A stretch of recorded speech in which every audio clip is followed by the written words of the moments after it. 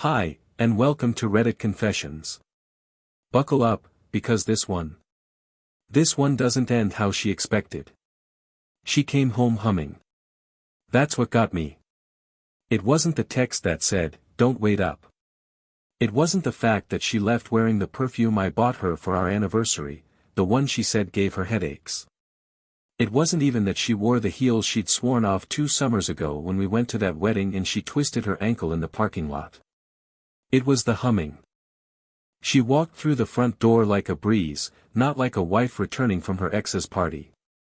Not like someone who had crossed the final line. Her shoes dangled from her fingers, her hair was a mess, not wild like the wind had gotten to it, but tousled. Playfully. Purposefully. Her lipstick was gone, but the outline remained like a smirk on her skin. And she hummed. I didn't ask where she'd been. I didn't tell her I'd seen the party photos already. That I'd noticed Eli's arm around her in one. That someone had tagged her in a video where she laughed too hard, touched his chest, and called him babe without realizing the mic caught it. No.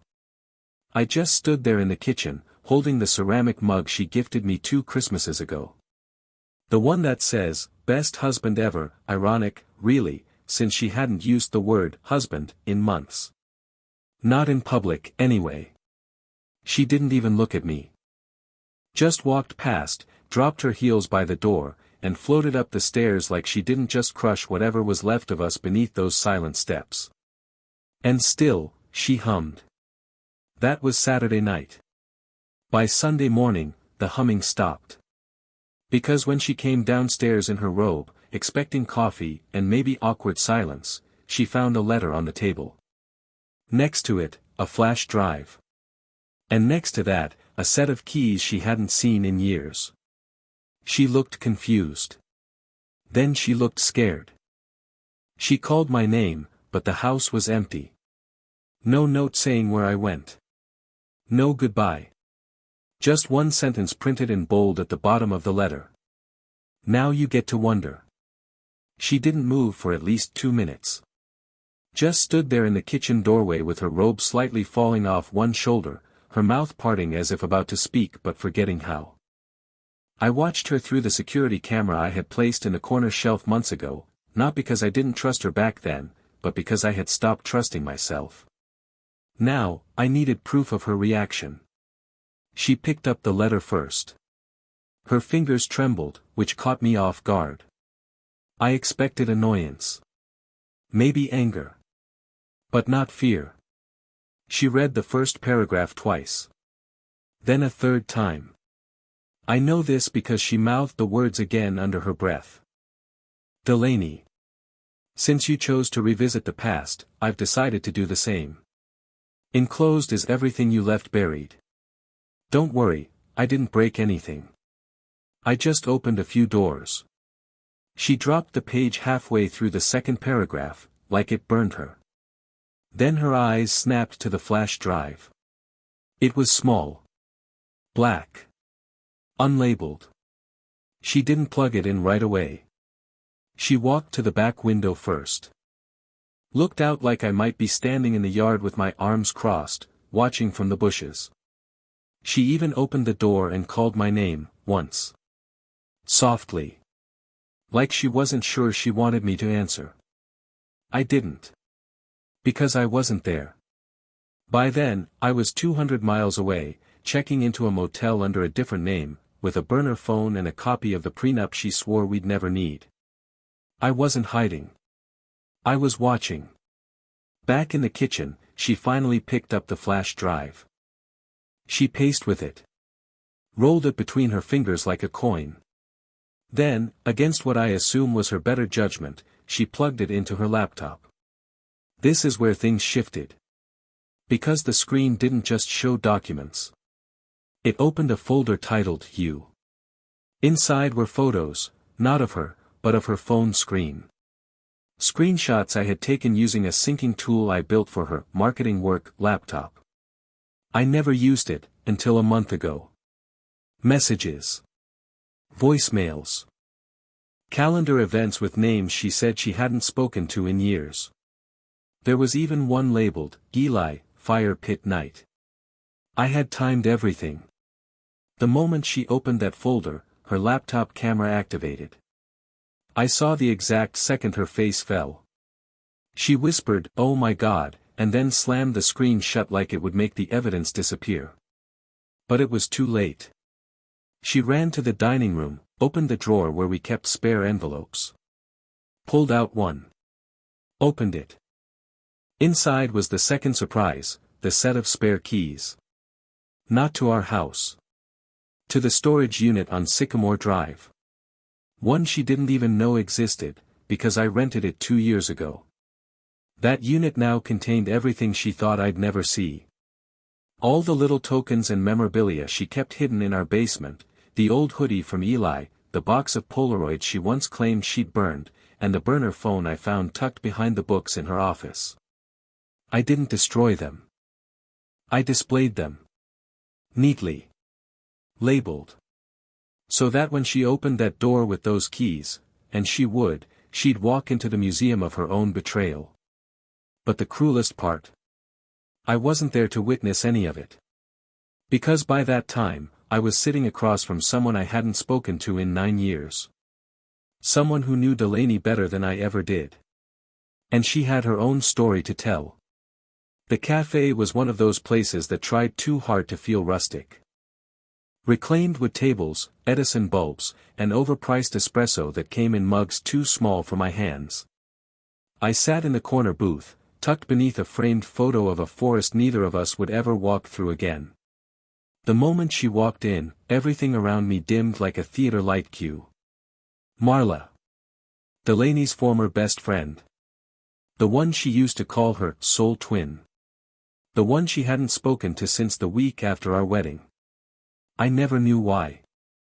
Just that one day, Marla's name disappeared from Delaney's lips like it had never existed. When I asked, Delaney shrugged it off. We grew apart. I assumed it was the natural fate of adulthood, the way friendships dissolve under jobs and bills and grocery lists. Turns out, it wasn't that at all. Marla slid into the booth across from me, her fingers wrapped tightly around her coffee cup like she was bracing for impact. Her hair was shorter now. Tired around the eyes. But there was a sharpness in her gaze that hadn't dulled. "I didn't think you'd really call," she said. "I almost didn't," I replied, folding and unfolding the corner of a napkin. She took a slow breath. "So. You found out?" I nodded. "I'm sorry," she said, and somehow I knew she meant it, not in the shallow, performative way people say sorry when they really mean, "That sucks," but in the way someone does when they've been carrying guilt like a second spine. "I need to know everything," I said quietly. "Not for revenge. I need to understand who I married." She looked down for a long time, as if the answer were in her coffee. Then she spoke, low and careful, like the truth might shatter if she said it too fast. "She was seeing him the whole first year of your marriage." The words hit like ice water. I blinked. "What?" "Eli," she said. "It never really stopped. Not emotionally, anyway." I told her it was a bad idea, that if she wasn't ready to commit to you fully, she shouldn't go through with the wedding. She told me to get over myself and said I was jealous of her happiness. We fought. I walked out. She blocked me the next day. I stared at her, stunned. "Why didn't you ever tell me?" Marla leaned forward. "I didn't know if it was still going on. And I hated the idea of blowing up your life if she changed. But when you texted me yesterday, the words you used. I need clarity from the only person who saw her without the mask. I knew you knew." I felt dizzy. 13 years of marriage. 1,000 conversations. All of it now rewritten through a different lens. Marla reached into her bag and pulled out a small box. She pushed it toward me. "I kept this," she said. "I didn't know why, but I think maybe it's time you saw it." I opened it. Inside was a collection of photos, letters, and receipts. Dates. Times. Hotel confirmations. Some were from years ago. Some were recent. Too recent. I didn't even know you had these, I said, my voice cracking. I didn't know if I should. But after what she did to me, I figured someday you might come looking. I stared at the evidence, my stomach sinking lower with every word, every timestamp. She had been calculating. Surgical. Keeping Eli close while keeping me blind. I gave her everything, I whispered. I let her become everything. And she turned me into nothing. Marla's expression softened. You were never nothing. She just treated you like it. I didn't cry. I'd already spent too many nights doing that. But something in me went still. Like an engine finally shutting off after running too hot for too long. I want her to know I know, I said. Marla looked at me, unsure. And then what? I looked down at the flash drive still in my coat pocket. Then I want to vanish. Not out of spite. Not out of vengeance.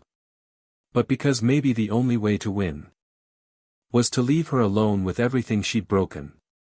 And no idea how to fix it. Delaney didn't sleep that night. I knew she wouldn't.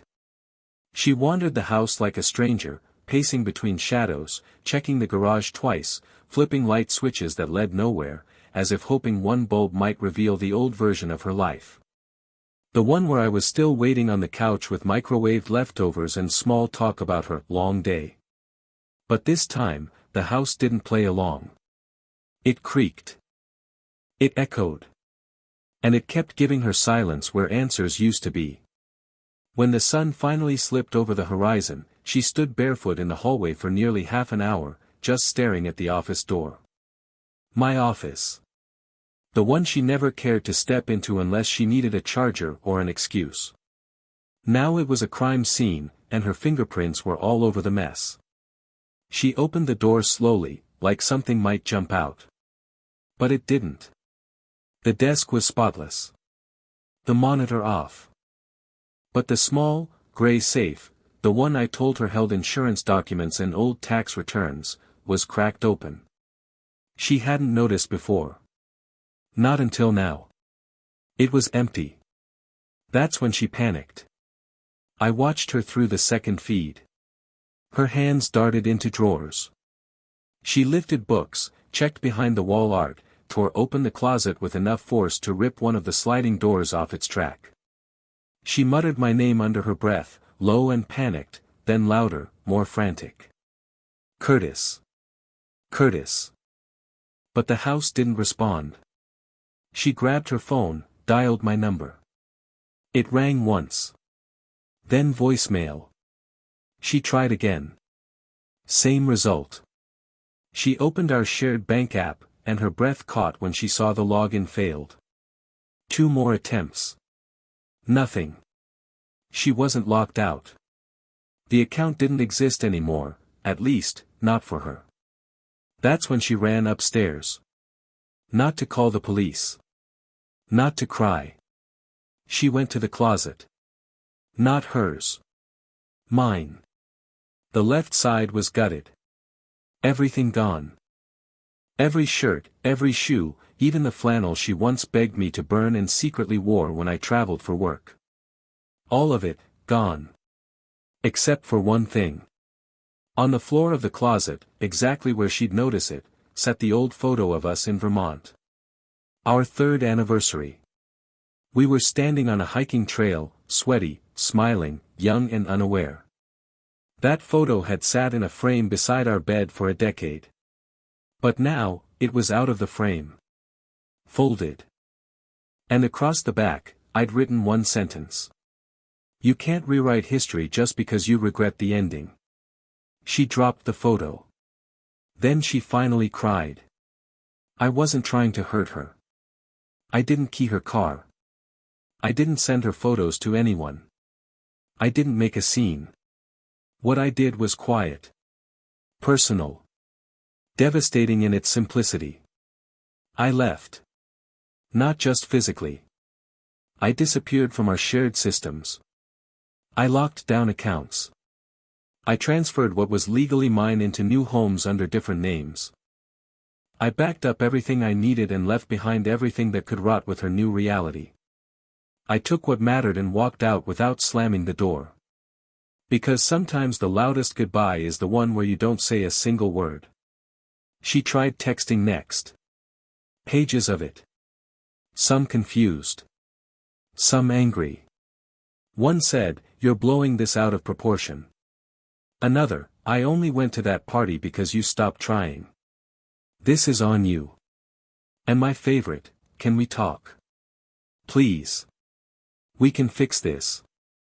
But I had already turned the phone off. Not because I hated her. But because I finally realized what I had become in that house. I had become wallpaper. Invisible. Quiet. Decorative. And no one notices wallpaper until it peels away. The road up to Clearwater Ridge hadn't changed. Still wound like ribbon between pine and silence, the gravel crunching under every slow tire turn. I drove with the windows down, not for the fresh air, but because I couldn't stand the sound of my own thoughts ricocheting around in the quiet cabin of the car. The further I got from home, our home, the more I felt like a man digging his own name out of wet cement. She never knew I kept the key to the old cabin. We'd rented it for 3 summers in a row during our golden phase, as she once called it in a Facebook anniversary post. She stopped tagging me in those about 4 years ago. Said it was too performative. The same woman who posted wine selfies with captions like, "Burn this wine glass," now found it excessive to mention her husband. But I remembered the code. 11:46, our wedding date. And when I stepped inside, the smell hit me first, pine wood, dust, and leftover memories clinging to the curtain seams. Nothing had changed. The kettle still whined on the old gas stove if you left it too long. The floorboard still squeaked in all the right spots. I dropped my duffel bag in the bedroom and sat on the porch with a blanket over my shoulders like a war veteran returning from a battlefield no one believed in. That's where she found me. Not Delaney. Her sister. I didn't hear the car. Didn't hear her approach. I only noticed when I heard her voice from behind me, hesitant, high-pitched like she hadn't used it in a long time. "Curtis." I turned. "Kendra." The last time I saw her, she was drinking rose in our backyard while making snide comments about marriage being just socially acceptable codependence. But now, her face was softer. Tired, maybe. She held something in her hands, a folder. Not a casual visit kind of folder. The kind people bring when something needs to be shown. Proven. Confronted. She sat beside me without asking. We didn't hug. "She doesn't know I'm here," she said. I figured. "She called me crying yesterday. Said you left. Said you were being dramatic." Kendra looked at me. "You don't look dramatic." "I'm tired." "I know." We sat like that for a while, the wind rustling the branches above like nature whispering behind our backs. Eventually, Kendra placed the folder on my lap. "I didn't come here to take sides," she said. "But I can't keep pretending I don't know what she's capable of. I covered for her once. I can't do it again." I opened the folder. Inside were medical bills. But not ours. They were Delaney's, from a private clinic 2 counties over. Dated 6 months ago. I flipped through them, confused, until I reached a page that stopped my breath cold. It wasn't the charges. It was the physician's note attached, written in rushed cursive. Patient confirmed pregnancy. Termination performed per patient's request. Advised to follow up in 6 weeks. I looked up at Kendra, stunned. She was. Kendra nodded. "She never told you." "She said it wasn't the right time. That you'd make it about you. That you'd guilt her." I shook my head slowly. "We were trying for years, and then she." I know, Kendra whispered. I told her I didn't want to be involved. But when I heard what happened with Eli, when she told me she was at his place again, she trailed off. Curtis, I don't know whose it was. The world tipped sideways. My marriage hadn't just broken, it had rewritten itself into something unrecognizable. There were levels to this betrayal I hadn't even imagined. There was grief I hadn't been allowed to feel. And now I was staring at a truth so heavy, I couldn't even pick it up with words. Why tell me now? I asked.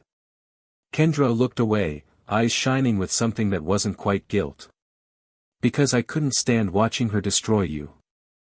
And because if you're going to vanish, you deserve to take everything with you. Including the truth. I closed the folder and set it beside me. My hands were shaking. Kendra stood. I won't tell her I saw you. You deserve peace, Curtis. As she walked down the steps and back into the trees, I sat there with the wind in my face and a weight in my chest that felt like an anchor made of years. I didn't cry. Not because it didn't hurt. But because I didn't know which betrayal to mourn first. By Monday morning, Delaney's texts turned into voicemails. Her carefully composed messages, filled with vague regret and casual denial, devolved into shaky, breathless recordings that bled panic through every syllable. At first, she begged. Then she blamed. Then she apologized, but only in the way someone does when they're still hoping they can fix a shattered glass by rearranging the pieces on the floor. She hadn't heard from me in over 48 hours. She hadn't tracked any of my bank activity. She couldn't access our shared cloud storage or the group calendar she never used but suddenly seemed desperate to see.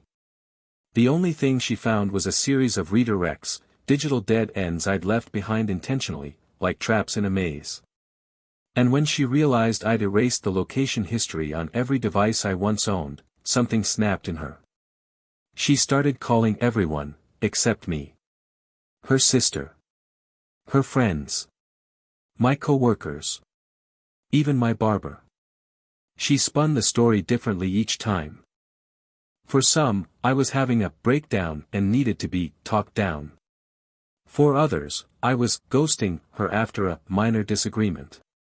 She left out the part where she spent the night laughing with her ex around a bonfire while I sat alone in the house we built, watching our marriage fold in on itself like wet paper. What she didn't know, and what made her spiral faster, was that I had already spoken to the one person she assumed was still on her side. Her mother. Delaney always assumed her mom didn't like me, and to be honest, she wasn't wrong. At first, Meredith treated me like I was the dull background to her daughter's vibrant potential. But over the years, that changed. Quietly. Subtly. Especially after the second miscarriage, when Delaney shut down and I kept showing up. With meals. With warm blankets.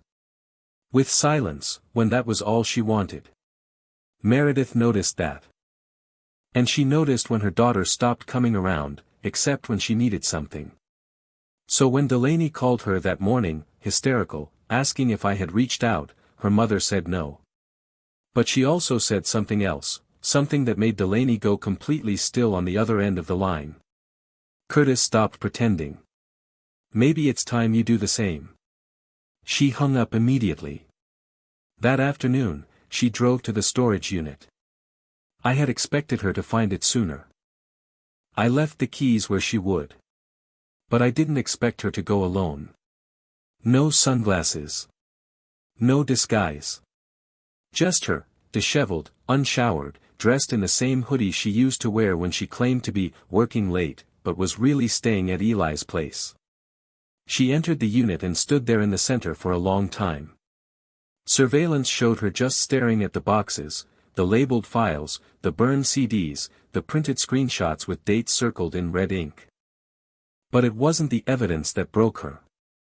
It was the box of keepsakes she had hidden inside our attic air vent, the one I found during a heat filter replacement. A ring box with no ring. A folded letter with a poem she wrote for Eli. A photo of them kissing in a car I didn't recognize. She fell to her knees then.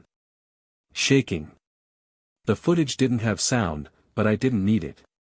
Her whole body curled inward like she was trying to collapse into herself and vanish into the concrete floor. But the cruelest thing was the sign taped to the inside wall. A single page, typed in bold. This is the part where you ask, what did I expect? She left the unit 30 minutes later. No boxes. No photos. She didn't take anything. But that night, she drove to the lake. Not to jump, she's too much of a control freak for that. No, she went there because it's where I proposed. Under the faded pier lights. With cheap champagne and mosquito bites and her saying, yes, before I even finished asking. I know she went there because she posted a story to her private account. A single photo of the lake with no caption. But she didn't know I saw it. She didn't know I had access to that account. Not because I hacked it, but because months ago, she borrowed my phone to post a story while hers was dead. She forgot to log out. And now I watched as she tried to manufacture grief for her digital audience, playing the part of the abandoned, the wronged, the heartbroken wife. Except there was no audience left. She had emptied the theater. She stood at the edge of the lake for nearly an hour, waiting for someone to show up, maybe me, maybe Eli, maybe a miracle that would untangle this mess without her having to lift a finger. But no one came. The only thing that greeted her was her own reflection. And even that looked disappointed. 3 weeks had passed since I last heard her voice. It came through the speaker of an old voicemail, her tone slipping somewhere between a plea and a challenge. Curtis, I don't know where you are. I don't even know what you want anymore. But whatever game this is, I'm not playing. That was the last thing she said. I never deleted it. I listened to it twice. Then I left it alone. Because I wasn't playing a game. Games have rules. This was a wake-up call, one neither of us wanted to admit had been coming for years. And now, with all the noise gone, with her grasping for signals I'd stopped sending, it was time for the final move. Not revenge, not destruction, just, release.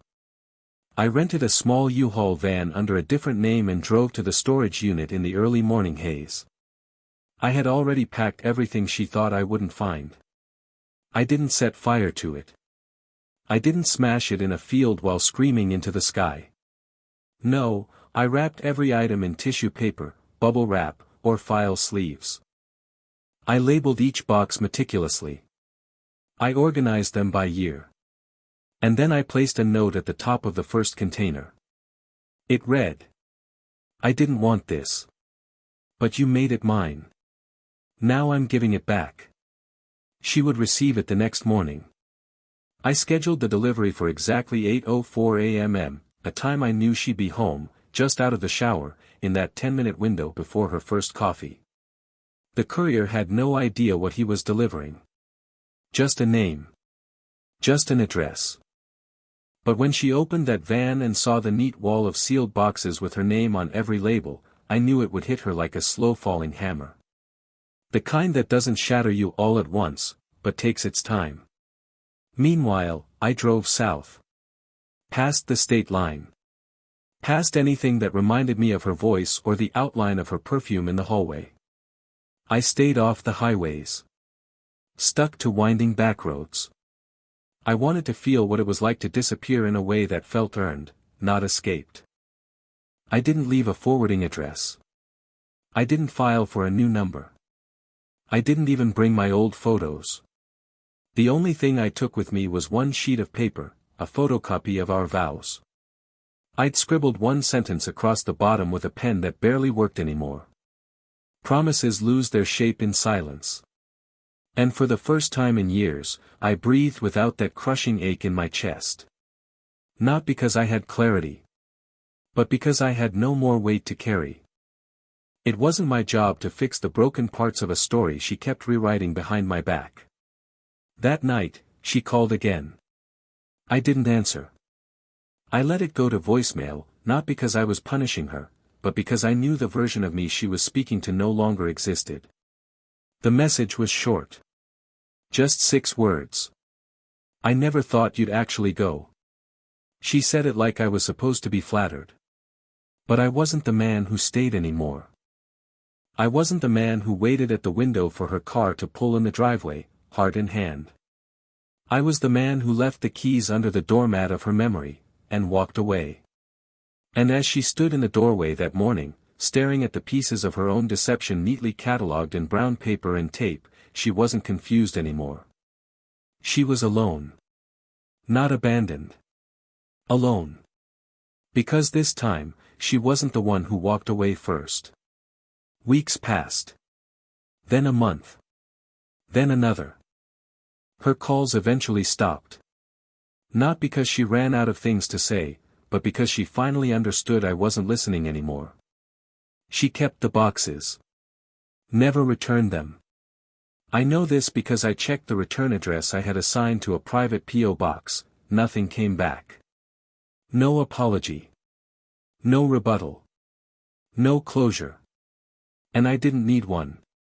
I spent my days in a quiet coastal town now, one where the streets are lined with second-hand bookstores and coffee shops that don't offer Wi-Fi by design.